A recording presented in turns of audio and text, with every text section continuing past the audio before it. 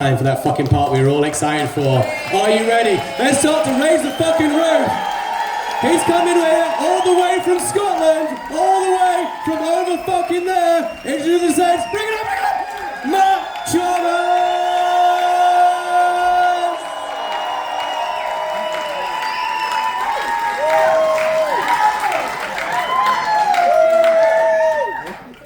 Good evening. Everybody, thank you very much for that lovely, warm welcome.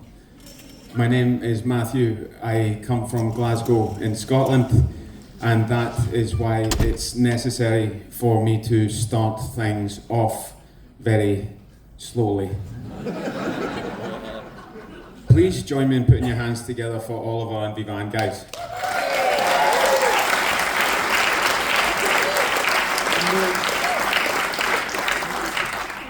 So look, I know I've got a wee bit of a kind of nervy way about me, but I want you to know that I'm fine. Nobody's forcing me to do this. I've always just been a little bit like this, on and off the stage, and for the life of me, I don't know why. I'm a very confident man who is born into the body of a man who looks like he really needs a cuddle. But I've never really felt the need to explain myself to an audience before, but something happened earlier this year and it's affected me. I was doing a show, it was at the Tanglin Club, and I can only conclude that Tanglin is the Singaporean word for rich people. Because goodness me, these guys were wealthy, man. They were uncomfortably wealthy. Just for some context, I told a really basic, relatable joke about problems on public transport.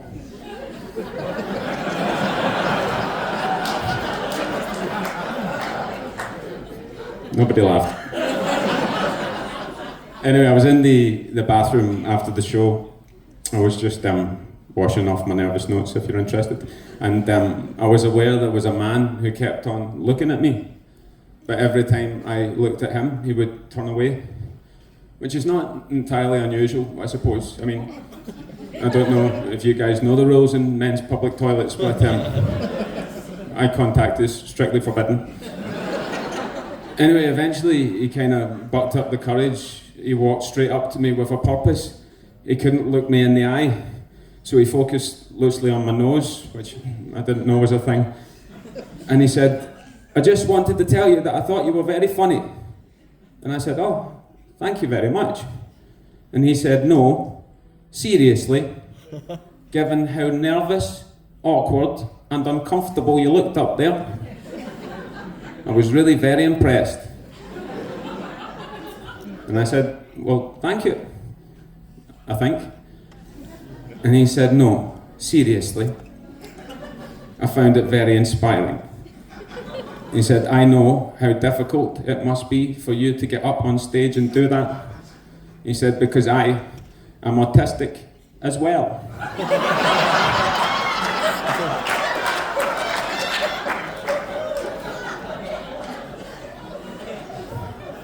Now, just for the purposes of clarity, everybody, I'm not autistic. I'm not even a wee bit autistic. What I am is a relatively self-aware person, so I understood why he had drawn this conclusion. In addition, I am also a reasonably nice man, so I didn't want to correct him and make him feel bad. So for the remainder of the conversation, I reluctantly made the decision to pretend to be autistic. And it might not shock you to know, I've never practiced that before. So I just drew my mind back to a time in my life when I had spent quite a lot of time with a person who is autistic. I used to date a woman who is autistic, and she is without a doubt one of the most remarkable, intelligent, sentient human beings I've ever had the privilege of spending time with. I used to love the conversations I had with this woman. Now granted, sometimes she would take the conversation off on a bit of a tangent and tell me something random. So I just tried that. I was like, "Well, Thank you very much. You guys were a lovely audience, and the Tangling Club is a fantastic place for comedy, but would you like to hear an interesting fact about helicopters?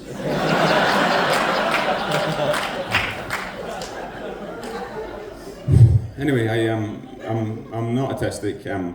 I am a wee bit nervous, but I mean, let's be fair. There's 250 odd people here tonight. I think that's okay.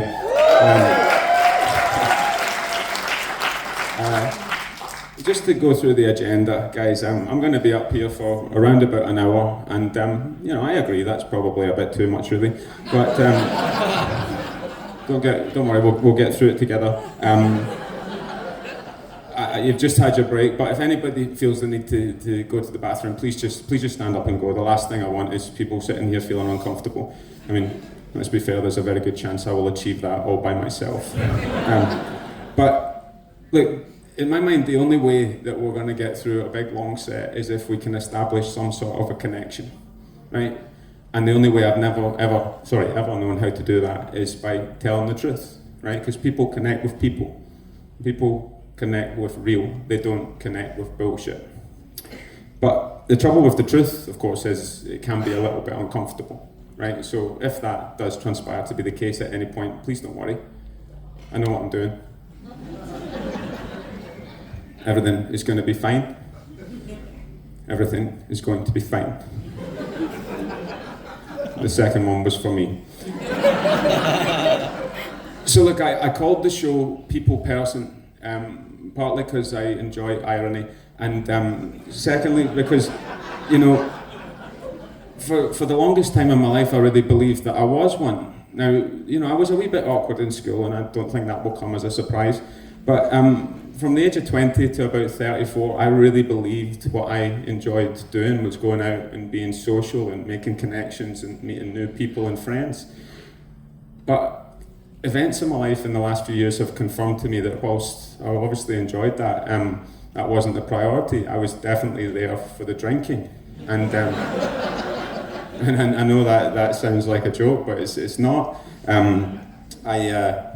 I think that drinking was definitely my first love, actually. I loved how it made me feel, because it would help me take away some of the anxiety that I have, and it helped me fit in. And for an awkward kid, that was quite an addictive feeling to fit in. And then unfortunately over time, alcohol is also quite addictive, shockingly enough. So by the age of 26, I knew that I definitely had a problem with this. And I didn't really want to admit it to myself. And so I would do things, right? I would do dry January every single year to prove to myself that I could stop if I wanted to. Right? I would do sober October to prove to myself that I was in control. But the trouble with that, for those months, I would be miserable, more so than usual, I would be miserable, and then to celebrate the successful completion of sober October, right? I would take part in its lesser known cousin, I cannot remember any of November.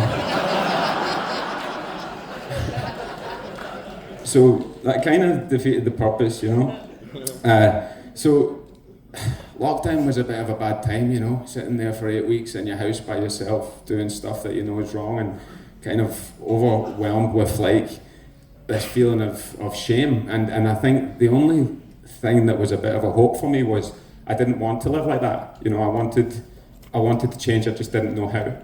Right? And then two things happened in a week that changed my life. I travelled to go and see my brother. When I say travelled, I mean he lives in Siglap.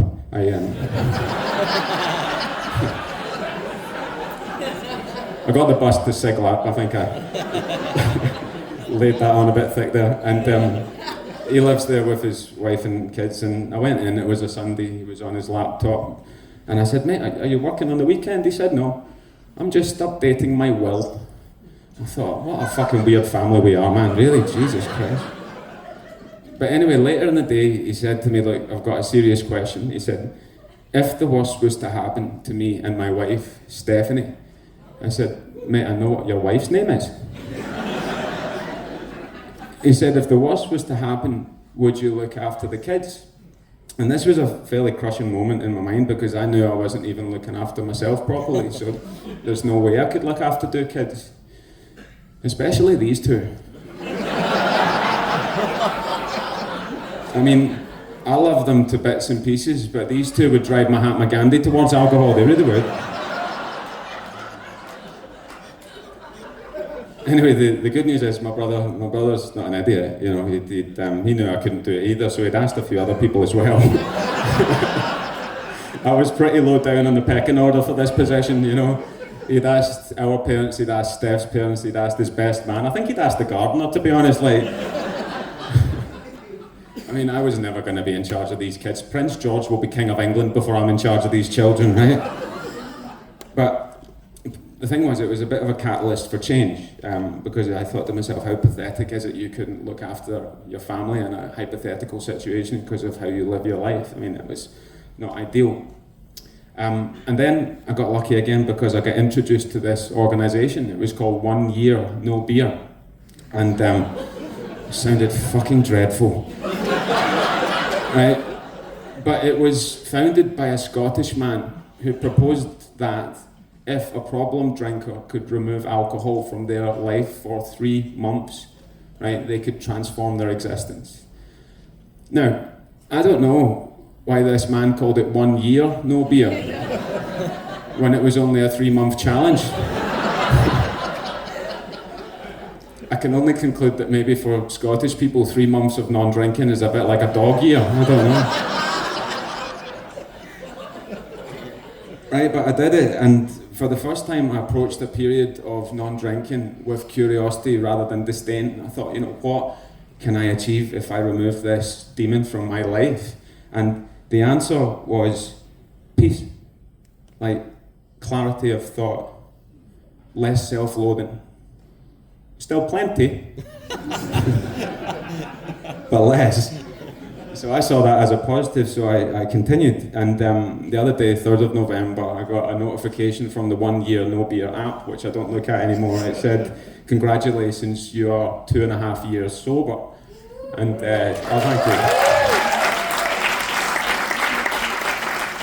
So, look, I want you guys to know that tonight is very, very self-serving for me, because every other comedy show I've ever written in my life, I've written from the perspective of how can I make this as good as possible for the people that have been kind enough to come and watch it.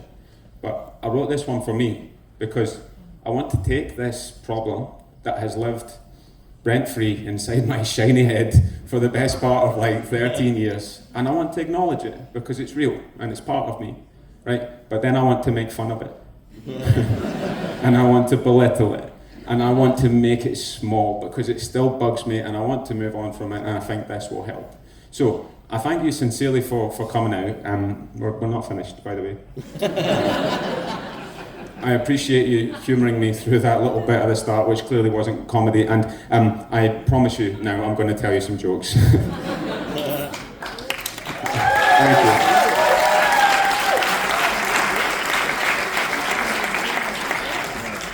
Non-alcoholic Heineken. Tastes exactly like beer, as long as you've got a fucking good imagination. Now, I will say this in defense of alcoholics, right? Being an alcoholic doesn't make you a bad person, right?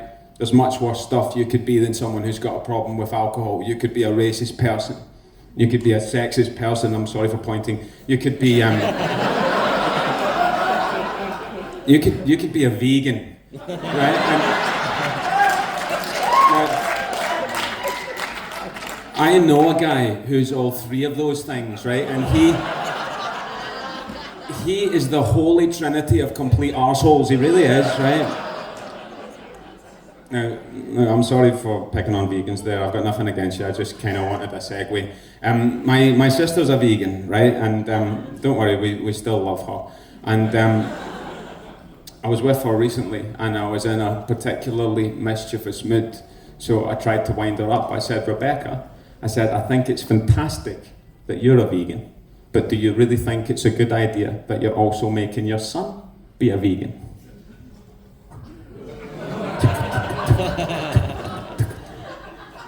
She stood up, she said, Matthew, I'm just going to get the posture right here. I'm going to stop you there. She said, being a vegan is a very healthy decision for a child.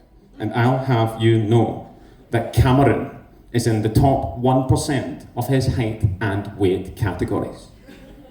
I said, Rebecca, that's fantastic. Imagine how big he'd be if you fed him properly. Now look,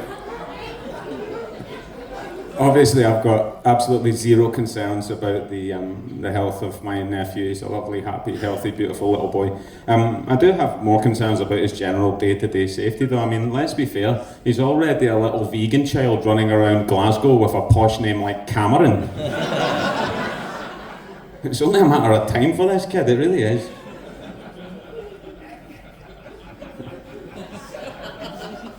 Now look, I honestly reckon I could stand up here for 3 hours tonight and tell you about all the benefits I've experienced since I've changed my ways.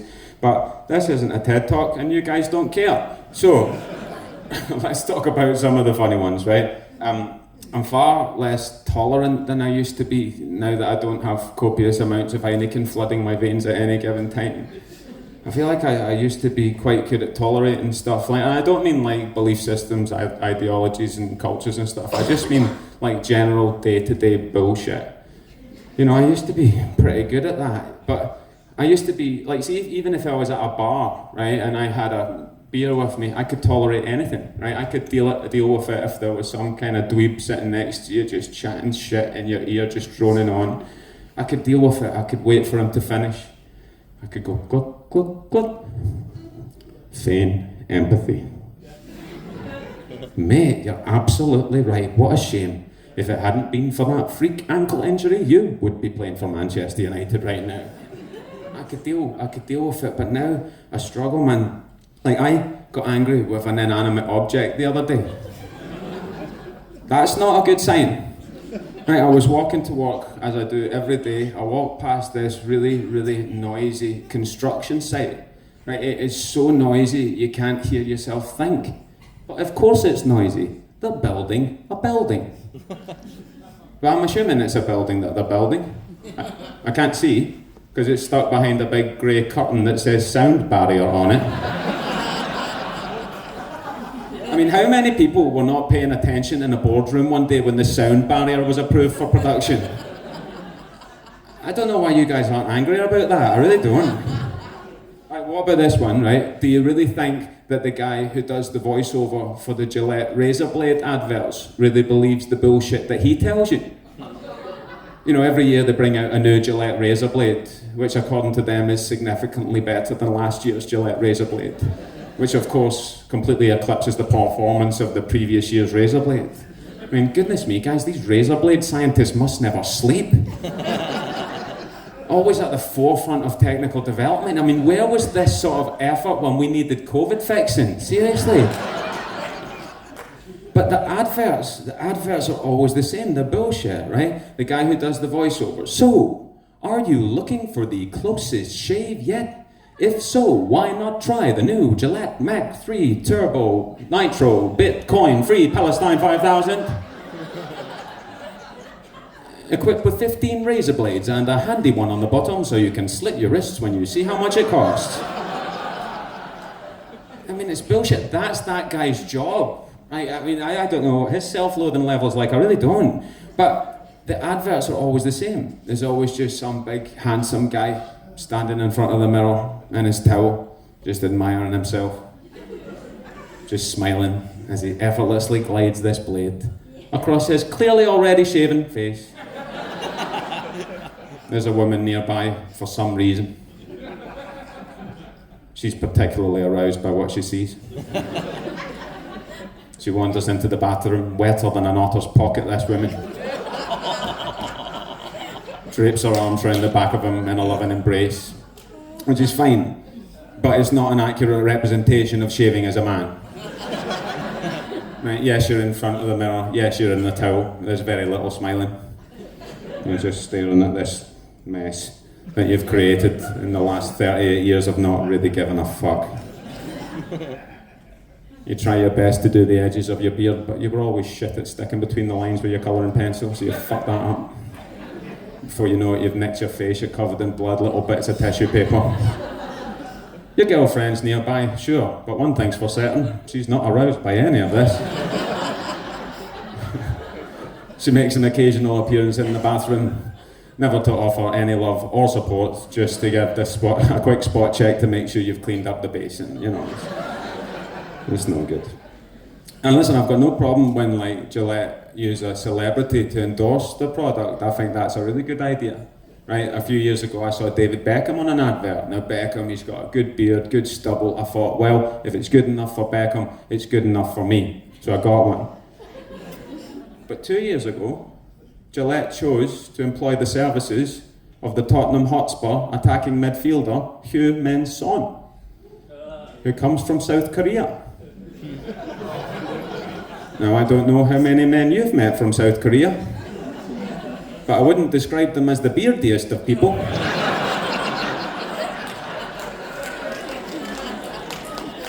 So if you're trying to prove to me that your product is effective, don't choose a man who comes from a country where male facial hair typically ranges from the paedophile pencil moustache all the way to the I've just hit puberty bum fluff. That doesn't prove anything to me. I think the arena in which my lack of ability to tolerate bullshit is being magnified the most is at work these days, because I've recently moved into a management position. And, oh, no.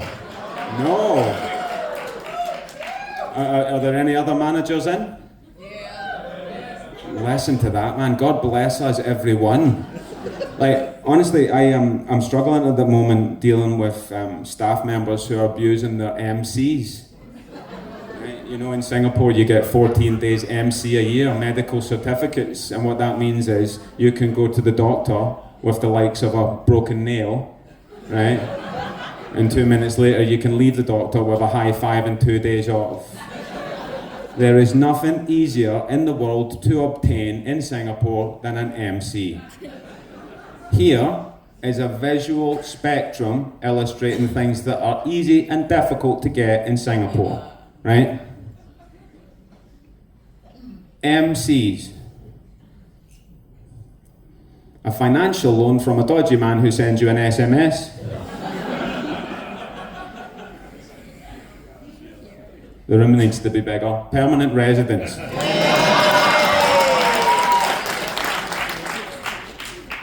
Now, I've got one staff member, this woman in our organisation, and she is the world champion of MC usage. Right, now, I'm not going to tell you where she comes from because that's not fair, but it's from a country near to Singapore that's connected by a bridge. And she does not see 14 days MC as a legal entitlement that's there to protect you in the event that you are unwell. She sees it as a target. It's the only target in our business that she pursues with any sort of aggression whatsoever. So much so that by the end of August, she'd rattled through 14 days MC, which has meant that for the rest of the year, she's had to come up with new and creative ways to fuck off early from work. And it always seems to happen on a Friday. Always a Friday, shockingly, right? I see her coming through the window, perfect posture. She walks into the office, down like this, holding her tummy. The bullshit production has begun. I say, "Are you okay?" She goes, "Yeah, I'm all right. I'm just struggling a bit with my tummy. But I'll soldier on." Which she does for about 3 minutes. Until there's a knock at my door. She comes in, she sits down, she looks into my eyes, deep into my soul, and tells me, "I need to go home." I say, "Why?" "Because I'm struggling with diarrhea." Every week, diarrhea. Never have I ever met a woman on this planet who gets more regular diarrhea than this woman gets diarrhea. Having said that, I've never seen her eat a meal that wasn't purchased in 7-Eleven, so I don't know, maybe that's got something to do with it. She loves those noodle cups that require equal parts hot water and MSG just to make them edible, you know? Not a doctor, right, but maybe if you want something solid coming out, put something solid in every now and again. You know, maybe have a banana next Thursday and see. But anyway, I decided in an attempt to try and stop her doing this, I would just stop answering my door. I thought that might help. But it doesn't, because now she just texts me. Right, every Friday morning, mid-morning, I'll get a text message from this woman containing intimate details about her latest diarrhea. Every week, there is a new and incorrect attempt at spelling diarrhea. Now look, I know it's a hard word to spell, right? But I knew she was taking the piss when she went with di-ha-ha-ria. I've just got a bit of an experiment now. I know you guys, I don't know you very well. Mate, I will give you $10 if in one attempt you can correctly spell diarrhea. Does anyone want to have a go? No? Go on then.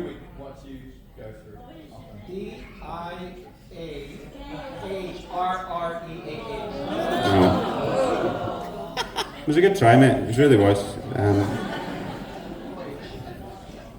Anyone else? Go on then. Diarrhoaga. Incorrect. Good try. And is that like an American spelling? Because that doesn't count, mate. I don't know. All right, okay. We'll maybe come back to that later.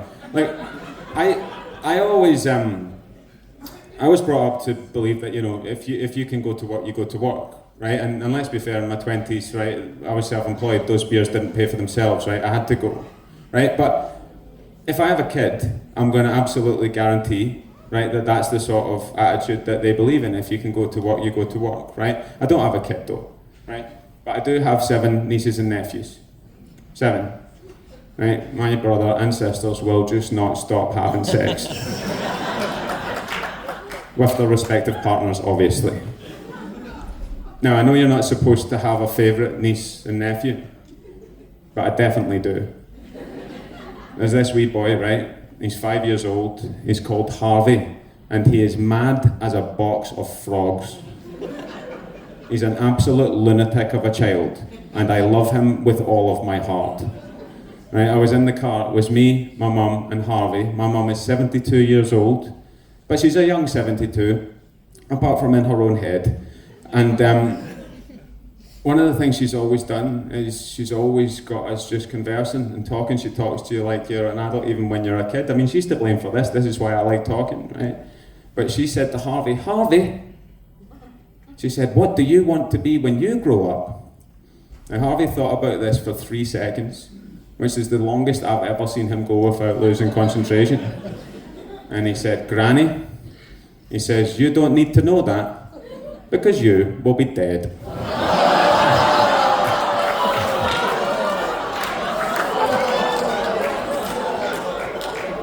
Now, this happened about a month ago, and I had to come to terms with the fact that the 5-year-old has just written the best joke in my show.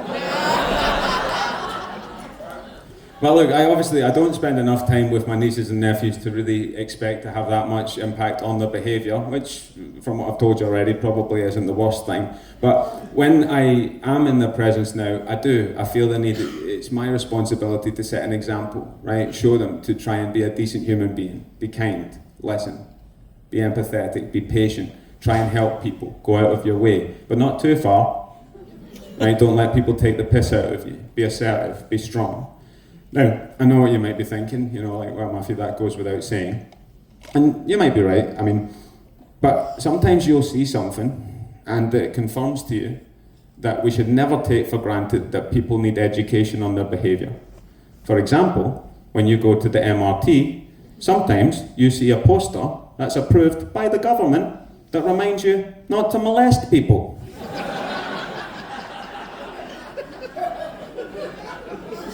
That poster's not for all of us. I couldn't believe my eyes. I was just standing there waiting on my train. I looked at the wall and suddenly I'm confronted by this policeman. Not a particularly terrifying policeman, but a policeman nonetheless. There's a picture of a wee guy in handcuffs. And then this remarkable combination of words, if you molest, we will arrest. I mean, it's very catchy. And it's a really good poster, right? It couldn't be any clearer what the poster means. as long as you can read and understand English, because they don't translate the poster. So if you are a molester who does not read and understand English, the poster isn't very clear at all. So if you're a molester and you're running for the last train, last chance of the day to get some molesting in,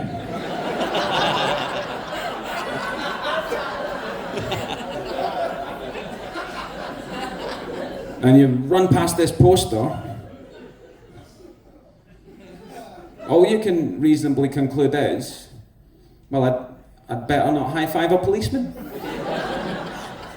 And if you're a molester, I'd imagine you're thinking, no problem.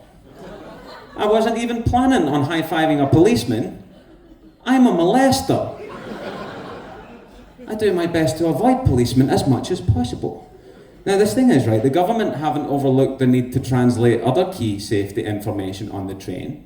Right, because when you get on the train and it's time to get off the train, there's a message that comes over the tannoy. It says, please mind the gap. And it translates it from English into Mandarin, into Tamil and into Malay. Now, I don't know, prior to the introduction of this initiative, how many people were just falling down the gap on a daily basis. But I do know I've lived in Singapore for 7 years. I ride the MRT every day, and I've never seen anybody fall down the gap. Which leads me to believe that this information distribution system is very effective. So if that's the case, why don't they just amend the announcement a little bit? Thank you for travelling with SBS Transit. Please mind the gap, and remember, try not to molest anybody. I mean, that could easily work better than a poster. They've not even tried that. Now, look, the train is not some sort of parallel universe where there's no other crimes you could do, right? And obviously the government can't make a poster for every single one, right? But seemingly they've picked the top 4 that they think that you might do on the train, and they give you information about that thing and then the fine underneath it, right? It goes in order of seriousness from left to right. It goes, no eating and drinking, the fine is $500. Right? No smoking, the fine is $1,000. No flammable goods, the fine is $5,000. And then, the most serious of all the offences, jury-ins. And that's where the psychological warfare begins, because they don't tell you what the fine is. Right? So if you are some sort of strange durian smuggler on the train, right? And you've got like loads of durians in your cargo pants, just strapped in. And you're already a wee bit anxious because you know you're up to no good. And then you're just composing yourself, you look up, you see that sign, you go, fucking hell. I don't even know what they're going to do to me if they catch me. It could be $20,000. Could be deportation. Or worse still, they could make you eat the fucking things.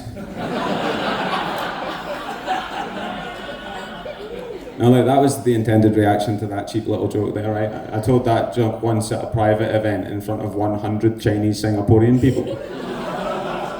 You could have heard a pin drop, it was amazing.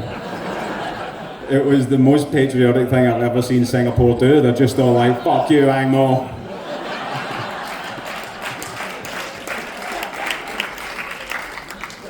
But the thing is, right, there's space for one more warning on the train, obviously, right? Now, clearly we can all agree molesting is much worse than stinky fruit, right? Put something on there to deter the molesters, maybe just a picture of a leg, an unwanted hand across through it. You don't need a fine, just put a picture of the guy with the cane doing practice swing. You know, just show these people what's going to happen. But the government are like, no. We have done our very best to deter this problem. We have put a picture of a policeman near the train.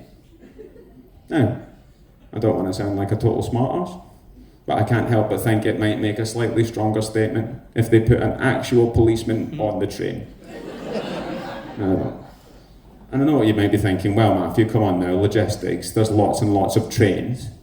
Yeah, but there's lots and lots of policemen as well. I did the maths on this, right? In the MRT fleet, there's 579 trains that run on a daily basis. Right? According to Wikipedia, as of 2022, there's over 14,000 active Singaporean police officers. So what that means is you could put 5 policemen on every train all day, and that would still leave over 10,000 policemen to keep us safe from all the day-to-day problems in Singapore, such as all the bank robberies and knife crime.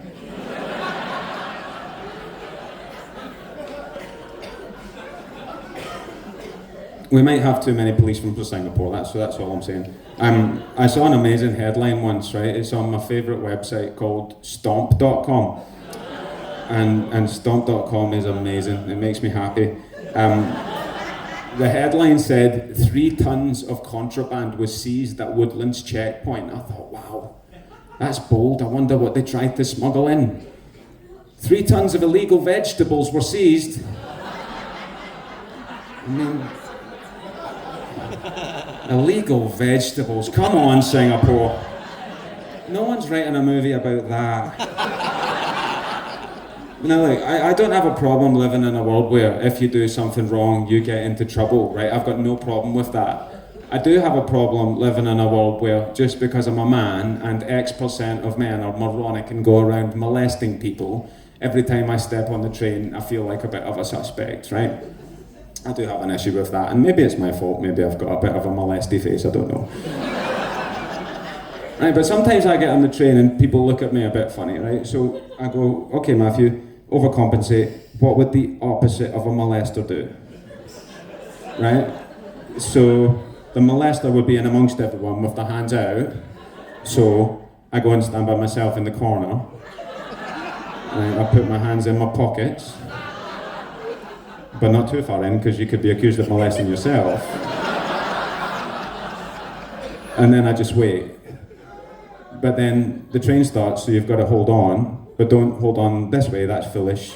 That's prime accidental molesting height. Hold on up the way, there's nobody to molest up there, right? So I was on the train the other day just hanging out, and that's when I noticed my favourite little characters on the wall of the train. You know, I love these guys. You've got the likes of Hush Hush Hannah, right? You've got Bag Down Benny. You know, just be like Hannah, just shut up Hannah. Just for once Hannah, just shut up. Right? Be like Benny, or Bag Down Benny, right? Bag Down Benny. So Benny's got a bag. We don't know what's in the bag. Maybe durians, who knows, right? But don't put it on the seat, put it on the floor, right? Be like Benny, right?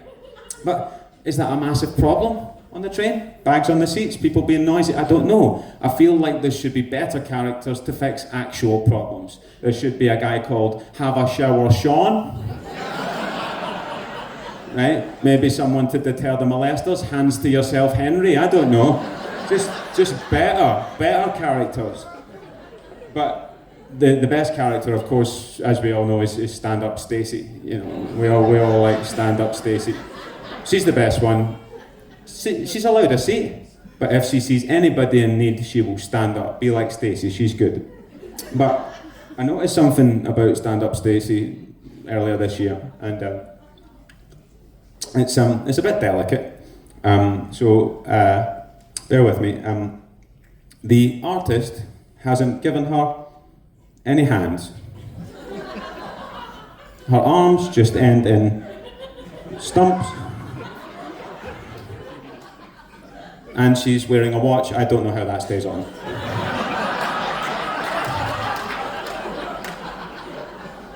Why are the government needing this woman to stand up?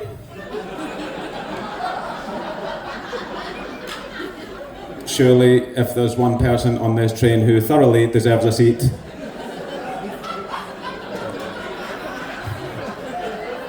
it's the woman with the significant disability. If she stands up, how is she supposed to hold on? If this train starts, Stumpy Stacey is going flying down the alleyway.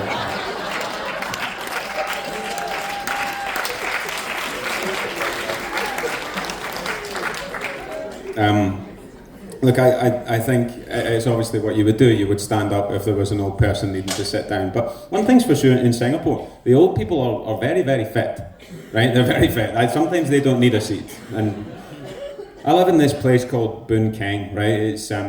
it's this condo next to the Calang River, right? And it's great. And I live next to this HDB area. And I think it might be some sort of retirement-specific HDB area because I am the youngest person there by 50 years.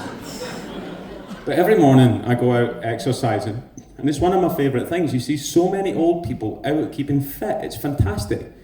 Scottish old people don't exercise. Scottish old people sit down and complain about things. In fact, the only thing Scottish old people exercise is their right to be a little bit racist and somehow get away with it. So I like the fact they exercise. So I go out walking in the morning.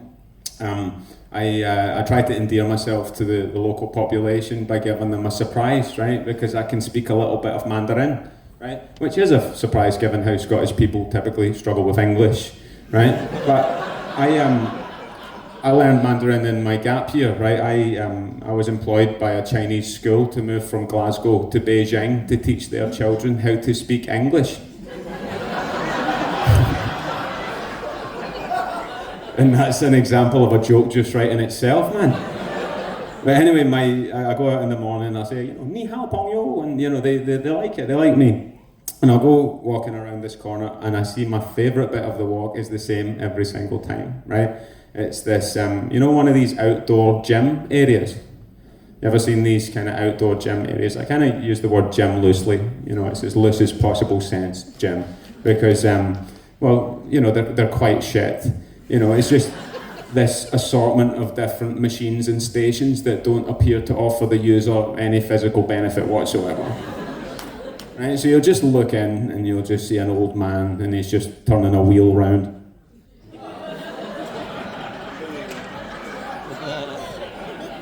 And then you'll see his wife standing next to him. She's really smiley, just doing two wheels. And I'm really unsure what they're achieving. I can only imagine that maybe it's some sort of like low-key power generation station for Singapore. And maybe that's why the Singapore Flyer moves really slowly, I don't know. But anyway, I've got one favourite old guy, right? He doesn't go into the outdoor gym. He stands outside the outdoor gym and looks into the outdoor gym, but never goes into the outdoor gym. I'm pretty sure he knows it's a scam, right? He hates it, right? But he just stands next to the gym, right? Holds onto the railing and he just kicks his leg, right? That's him for a good 10 minutes, just kicking his leg. And again, I don't know what he's doing, right? I can only conclude that maybe he is some sort of like ex-riot policeman, just like reliving his glory years in his mind. Just aiming for a protester like that, bang, fuck. I'll teach you to set a car on fire, you fucker. But, I often wonder if there is a less useful government entity than the Singapore Riot Police, I really do. I kind of wonder what they do with their days. And I know they're a thing, right? I did some research. Between 1950 and 1964, there were 5 riots in Singapore. At which point, I'm sure someone in the government was like, right guys, I've had enough of this. I really think we should invest in and train up a very high quality Singapore riot police force. And everyone else was like, that sounds like a really good idea. Mr. Tan, probably. And they did, and they trained them, and they were good, and they were ready. They couldn't wait for the next riot. Unfortunately for them, the next riot after 1964 was December 2013. Which means that, realistically, there was about 6 or 7 generations worth of very highly trained Singapore riot policemen who had absolutely fuck all to do. And I've got this amazing vision in my mind of this really annoying, overzealous rookie riot policeman running into work every day going, boss, boss, boss, boss. Have there been any riots today? No. Is there anything for us to do? Well, we've just had word here that there's 2 old men fighting in Geylang again. Just take 2 of you, go and fix it. Guys, don't forget your helmets. I don't even think you're taking this seriously. You've not even done the safety motto. Come here. Hands in, on 3, 1, 2, 3. Low crime doesn't mean no crime. Go!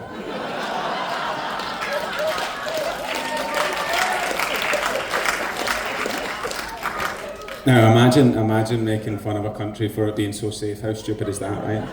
I love the fact that Singapore is safe. It's one of my favourite things, feeling safe. I hate these people that are like, oh, Singapore's a bubble. Yeah, it is. That's why I live here. Right, it's safe. Right, me and my girlfriend, we went to a wedding in Italy recently, right? And I didn't feel safe in Rome. Right, you hear all the stories about people getting not kidnapped, pickpocketed, getting robbed. I mean, look, we were fine. I kept all my valuables in my fanny pack. We were okay, right? Right, but I didn't feel safe, right? It was my mate's wedding, right? It was my oldest friend in the world, right? I've known him since I was 5 years old, and he got married to a beautiful woman from Hong Kong. He's from Canada. She's from Hong Kong. They live in Singapore, so it was only natural that they chose to get married in Italy.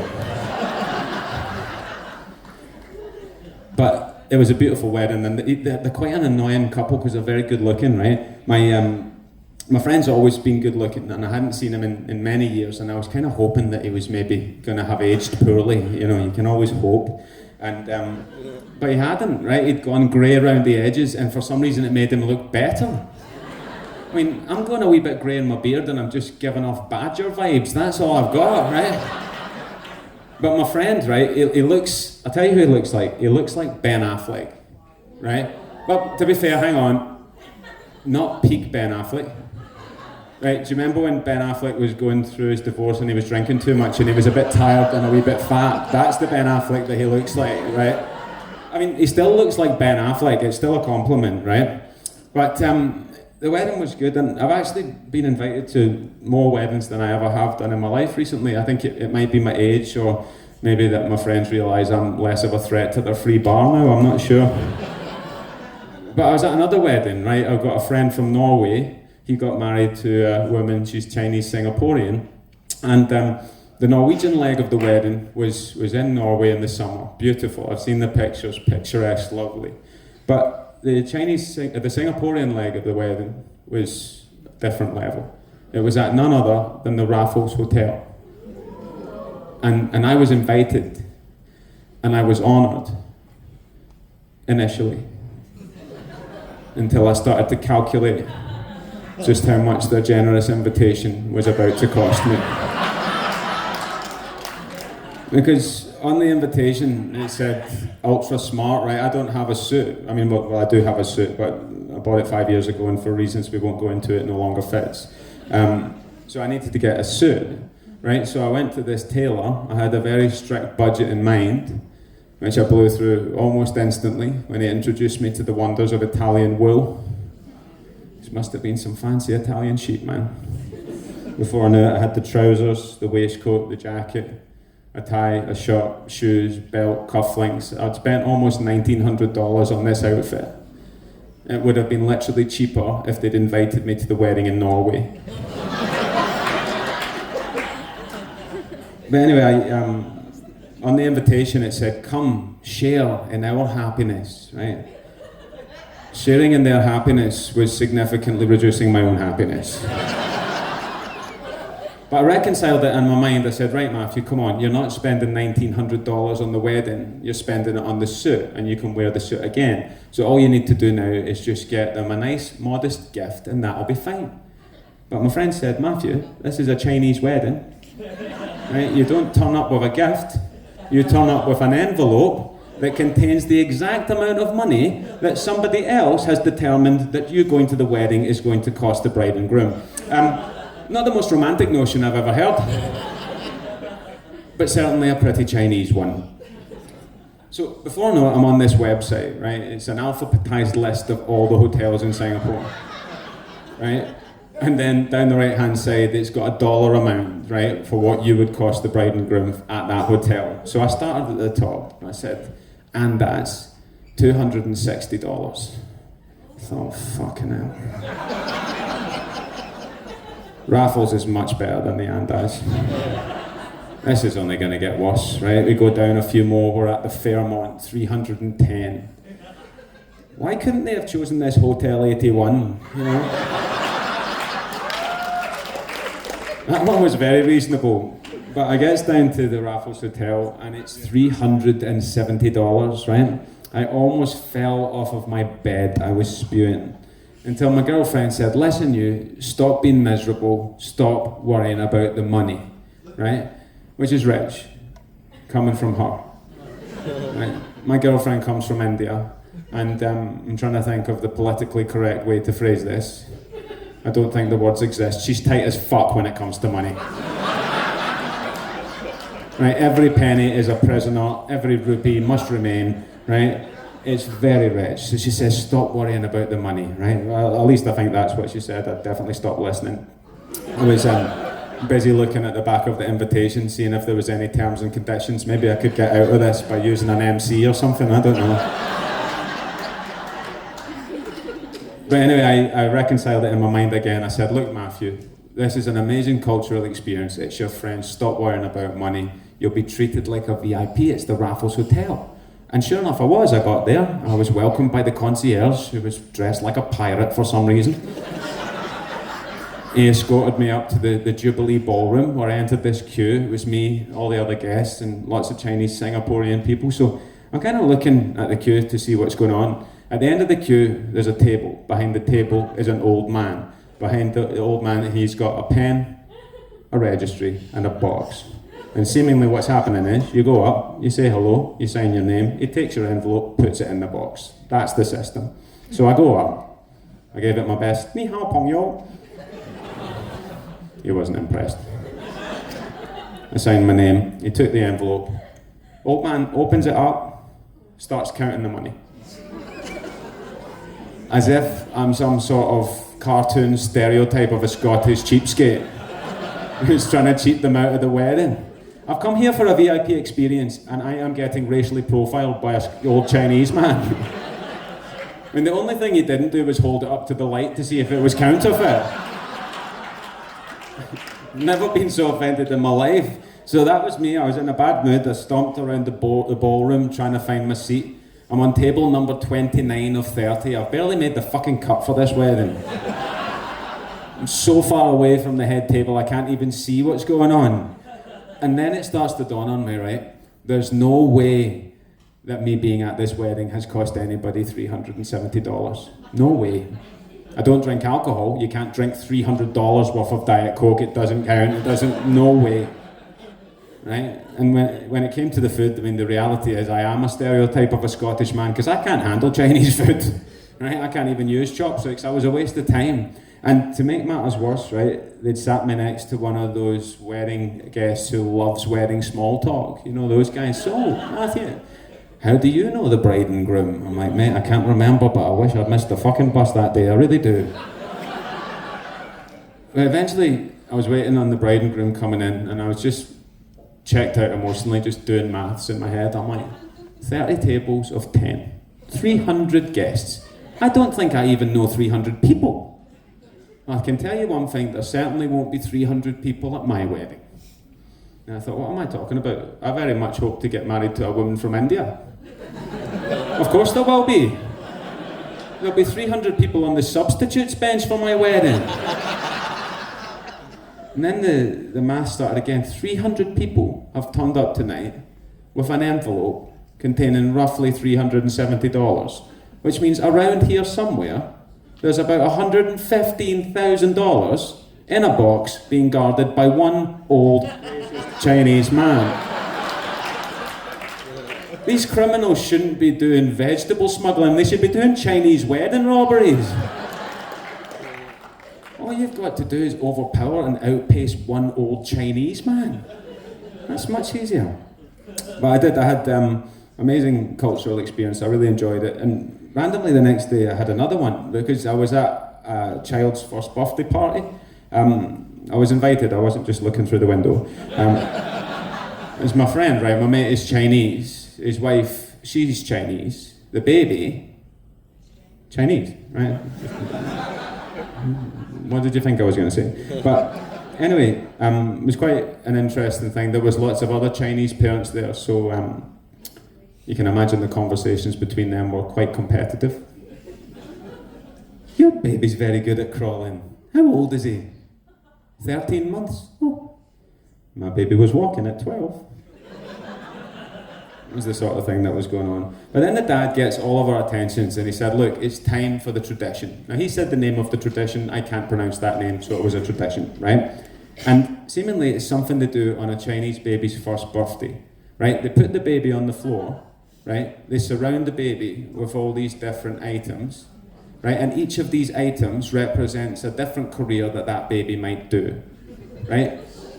And according to the tradition, the baby, being the baby, at some point will go and start playing with one of the items, and that's the one it's going to do for its career.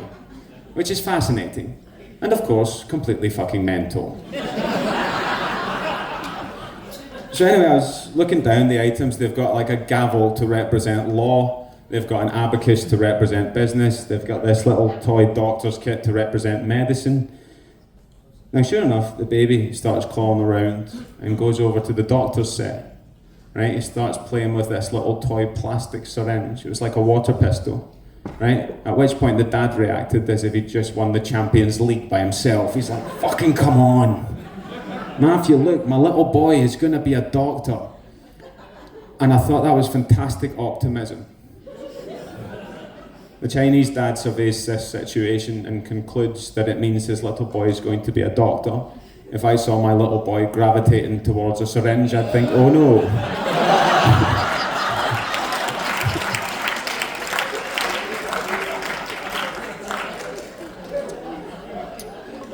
Well guys, we made it. We made it.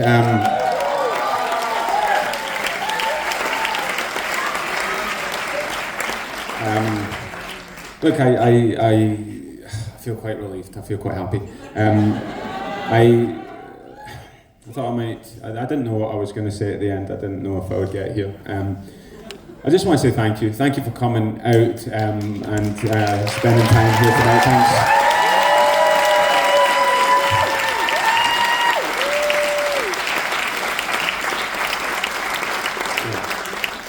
Yeah. Thank you for embracing and allowing me to do what I wanted to do. It remains to be seen if it will be helpful, but let's see.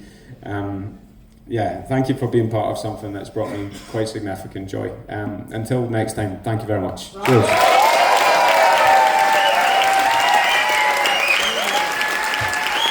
Ladies and gentlemen, Matt Chalmers! Ladies and gentlemen, thank you very much for joining us at Comedy Night at the Projector. We appreciate you. Please feel free to upload any pictures that you've taken of us. Please give us the attention our parents never did. That's why we do this. For the love of fuck knuckles, do not upload any videos of us. We are a